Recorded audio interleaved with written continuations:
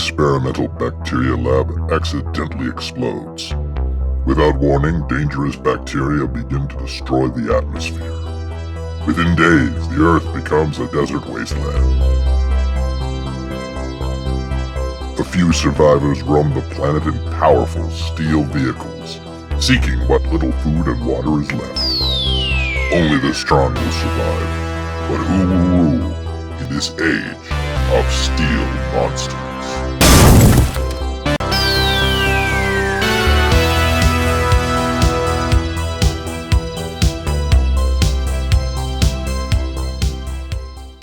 In December of 1981, George Miller's film Mad Max 2, also known as The Road Warrior, exploded onto movie screens worldwide.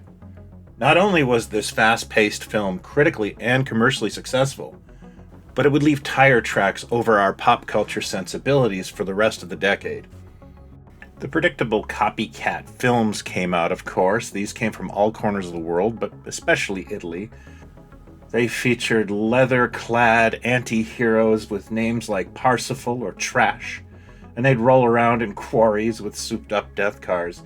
Mad Max's influence on television was there too, with shows like The Highwayman, constant parodies and spoofs, and even homages in music videos. However, thanks to home video and cable television, The Road Warrior also became a hit with children in the early 80s. Toy companies, hoping to jump on a trend, began adding Mad Max-inspired characters to many of their assortments. However, one toy company in particular went all the way with the genre, making one of the grooviest post-apocalyptic toy lines this side of Planet of the Apes. Hi, I'm Brian, this is Toy Ventures, and this is the Saga of the Steel Monsters. So before we speak about the line itself, let's just give a little backstory on how we got here. Tonka is a Minnesota-based toy company that was formed in the 1940s. At this point in time, this company was known to be the gold standard of metal toy trucks. Tonka truck is as synonymous as dinky car or Kleenex. The company did produce some action figures, mainly known as play people. They were meant to interact with the vehicles they were producing, and there was no fantasy element to the characters whatsoever. They were people. A change in management involving former Mattel executives changed the company's perspective somewhat as they looked to expand into other toy aisles. The company's first dive into the boys' action figure world was a huge success in the form of the transforming GoBots. While not as successful as Hasbro's brand, GoBots was extremely profitable for Tonka. Tonka would branch out into the boys category with original creations such as Supernatural, Legions of Power, and another Japanese import, Spiral Zone, which also strangely was a post-apocalyptic toy line. However, according to former director of Tonka R&D Doug Miller, the company was not opposed to looking into licenses, and during one meeting, somebody brought up the film The Road Warrior. Tonka approached the rights holder to the Warrior, and apparently they just wanted too much money and guarantees. And chief designer Rob Zira is credited with the notion of, why don't we just make our own characters? Tonka went into creating a series of 4 vehicles and characters for a 1986 introduction. The vehicles would use existing tooling from the Tonka products, namely a road grader, a dump truck, a Jeep, and a pickup truck.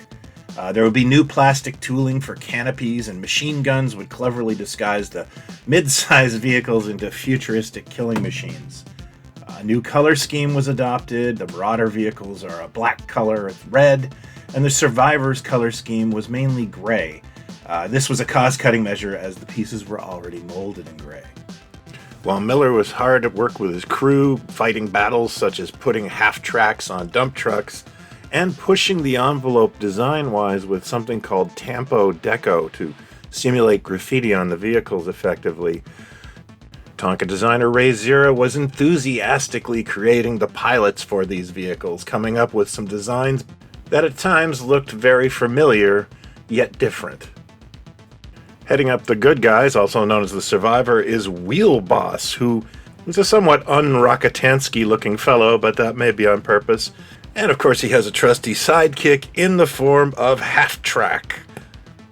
Heading up the bad guy Marauders, we have our villain, Talon, who is leader of the Marauders. And with him is the true breakout star of the line, the Fonzie of it, if you will, Metalface. Steel Monsters debuted at the 1986 Toy Fair as a rather modest affair, a series of 5 vehicles and 4 figures that could only be purchased together, as well as some add-on product in different scales that we'll get to very shortly. The 5 vehicles debuting for the line included Wheelboss and his souped-up Jeep, the Enforcer, originally called the Assassin until Tonka's lawyers got a hold of it. His wingman half-track has the Destroyer, which, no surprise, has a half-track on it. This is one of the things Douglas Miller fought for. As the beam counters wanted to just use wheels, which were cheaper, he fought for the aesthetic of the half-track, meaning it was more post-apocalyptic. Miller went on to say he thinks this might have been the worst-selling vehicle. The Marauders have a pretty impressive slew of vehicles, including the Blaster, a souped-up pickup truck driven by Talon that is actually depicted in the comics as having some blood on its cowcatcher, which is pretty crazy. Metalface would feature with 2 vehicles that year, the first one being the souped-up grader known as the Masher. This is the Canadian version that actually has both official languages in graffiti, which kind of ruins the illusion. He also would drive the Bomber. This was a higher-priced, battery-operated vehicle. He is the only figure to be repeated with a vehicle in the assortment, and the Bomber's original name was the Executioner, which again Tonka Legal wasn't so happy with. Tonka also applied the Steel Monsters treatment to some of their existing tooling to take smaller scale die-cast vehicles and give them the Steel Monsters treatment. There were 4 mid-size vehicles, including Top Gunner, Little Destroyer, I guess that's like Little Archie, Metal Maniac, and Mud Dog. On top of this, Tonka also created a deluxe gift set that is basically in the Hot Wheels scale, for lack of a better word. This may actually be my favorite thing they did. Not only do you get a souped-up rig and a pickup truck, you get motorcycles, which are always welcome. And like the rest of the line, the artwork on this packaging is just spectacular. Despite Tonka not being able to actually afford any money for advertising and promotion, the line did do modestly well in 1986, finding its way into several department store wish books for the year. I personally think this may have been due to Tonka's reputation in the toy industry, especially regarding trucks, that there was a leap of faith being taken on this line that did not have a fallback animated series or even a comic book. The one bit of promotion or licensing Tonka did get would be in the form of a Halloween costume. Metalface, the standout from the crowd of Wave 1, would get a costume from the legendary Ben Cooper. Again, this may have been due to the track record and the success of GoBots and Pound Puppies costumes before. Despite not having an animated series or a DC comic, Tonka did try to get kids into the world with that old trope of the toy catalog with a little comic book in it. The backstory was swift and to the point. A bacteria takes the place of nuclear terror and turns the world into a wasteland. The shortage of resources leads to conflict between the rivals of the survivors and the Marauders. In my conversations with Douglas Miller, his belief was that this was one of the weaknesses of the line. Usually you start a toy line with a rough story. You don't design toys and then try to figure the story out after. But unfortunately, that's the case with Steel Monsters. It seems everybody was just too busy having fun making the toys, and they maybe lost sight of the overall experience.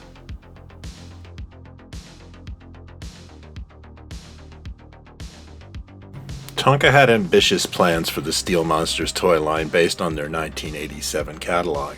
Not only were we getting 4 new characters, but a slew of vehicles as well. On the character side, we got 2 new good guys, aka survivors, in the form of Viking, and the very welcome sole female character, Tigress. Representing the Marauders, we have the aptly named Retread, who is wearing a tire, and Punk. They must have stayed up all night, but all of these characters aptly represented the genre. We just needed a guy who looked like Fred Williamson and we could go home.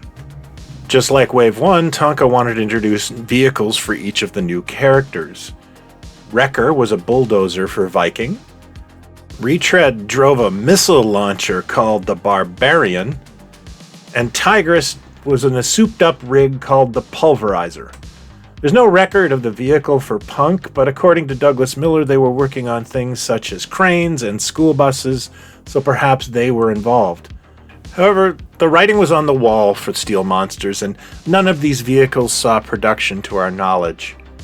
One thing that did see release, however, were the figures now on blister cards. No longer available exclusively with the vehicles, Tonka hoped these smaller purchases would inspire larger ones.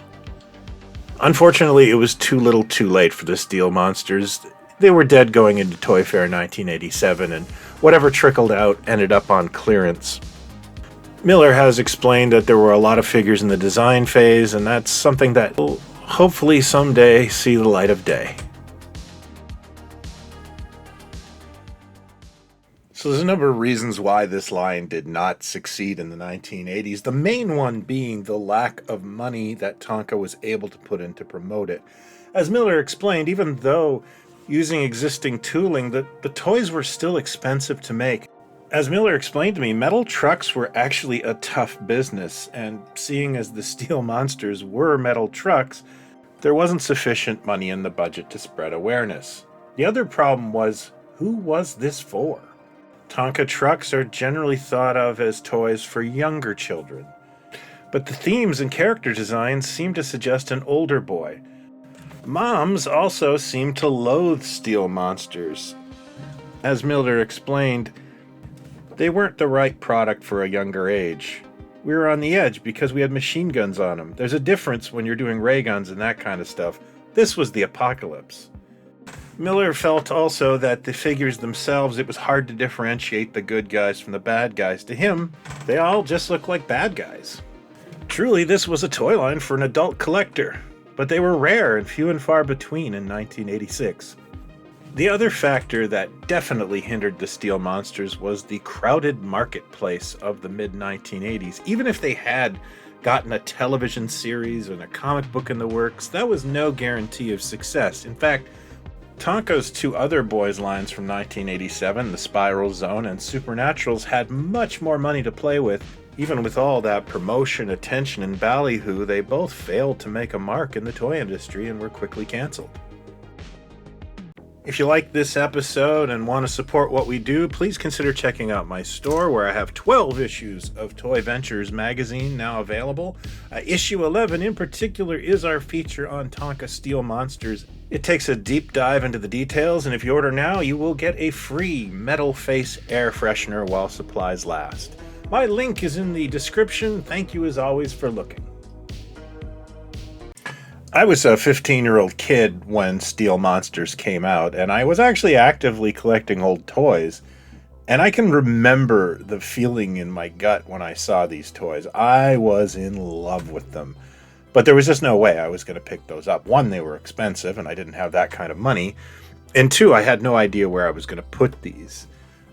As an adult collector, I still don't have a really great idea of where I'm going to put all this stuff. But my enthusiasm for them over the years has only grown. This is probably due to my absolute love of the genre and the knockoff cinema that Mad Max produced. But also, this is a gorgeous toy line, and let's face it, we're never going to get something this elaborate and this well made ever again.